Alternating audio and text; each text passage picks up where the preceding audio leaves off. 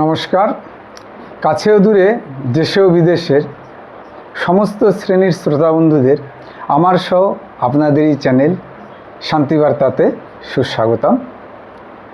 তো আজকের খুবই একটি গুরুত্বপূর্ণ বিষয় নিয়ে আপনাদের সামনে উপস্থিত হয়েছি।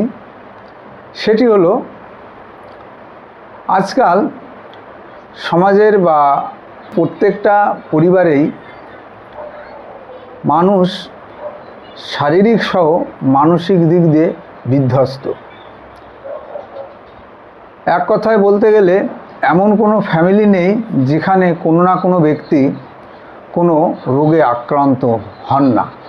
বর্তমান চিকিৎসা শাস্ত্রে চিকিৎসা নিতে গেলে প্রথমেই রোগ নির্ণয়ের আগেই বিভিন্ন রকম পরীক্ষা নিরীক্ষা করতে দেন, যার জন্য আমাদের ল্যাবে ছুটতে হয় এবং পয়সা সহযোগে সময় ব্যয় করতে হয়।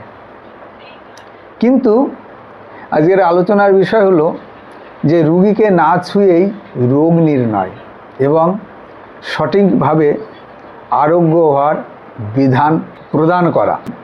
সবাই হয়তো বুঝতে পেরেছেন যে আমি কি আলোচনা করতে চাইছি।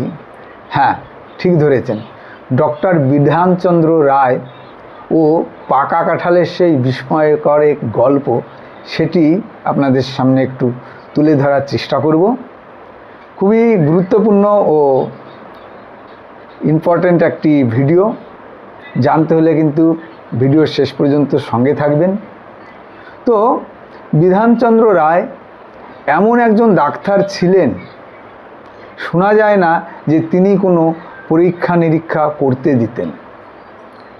রোগের কথা বর্ণনা করা, রোগের কথা ব্যক্ত করার সঙ্গে সঙ্গে রোগীর গায়ে স্পর্শ না করেই বিধানচন্দ্র রায় তার সঠিক চিকিৎসা প্রণালী বলে দিতেন।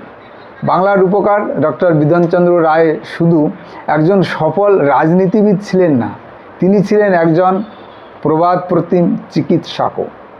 তার চিকিৎসার এমন এক গল্প আছে যা শুনলে আজও আমরা অবাক হয়ে যাই। আজকে যে গল্পটি তুলে ধরব সেটি এরকম। একবার এক রুগী অসহ্য মাথার যন্ত্রণায় পাগল প্রায় অবস্থায় তার কাছে আসেন। সেদিন নির্ধারিত 16 জন রুগী দেখা শেষ হয়ে গেলেও জরুরি অবস্থা বুঝে বিধানবাবু তাকে ফেরালেন এবং তিনি রুগীকে কোনোরূপ পরীক্ষা না করেই বা কোনো ওষুধ না দিয়েই এক অদ্ভুত নির্দেশ দিলেন। সেটি কীরকম? বাংলার এই মহান চিকিৎসকের প্রতি আমাদের বিনম্র শ্রদ্ধা ছিল, আছে এবং আমরণ থাকবে। বর্তমান সময়ের প্রেক্ষাপটে দাঁড়িয়ে এমন চিকিৎসকের জুড়ি মেলা কিন্তু নিতান্তই বিরল। সুতরাং সেই বিষয়ে আজকে আপনাদের সামনে তুলে ধরলাম।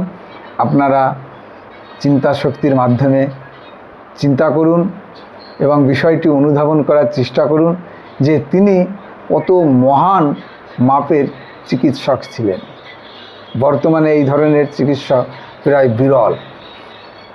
ভিডিওটি যদি আপনাদের কোনোরকম আনন্দ সঞ্চার করে থাকে তাহলে অতি অবশ্যই প্রিয়জন বা বন্ধুবান্ধবের কাছে ভিডিওটি শেয়ার করবেন। শান্তিবার্তা চ্যানেলের কিন্তু একটাই উদ্দেশ্য, সেটি হলো আপনাদের মানসিক কোনো সমস্যা থাকলে তার সমাধান করার প্রচেষ্টা করা।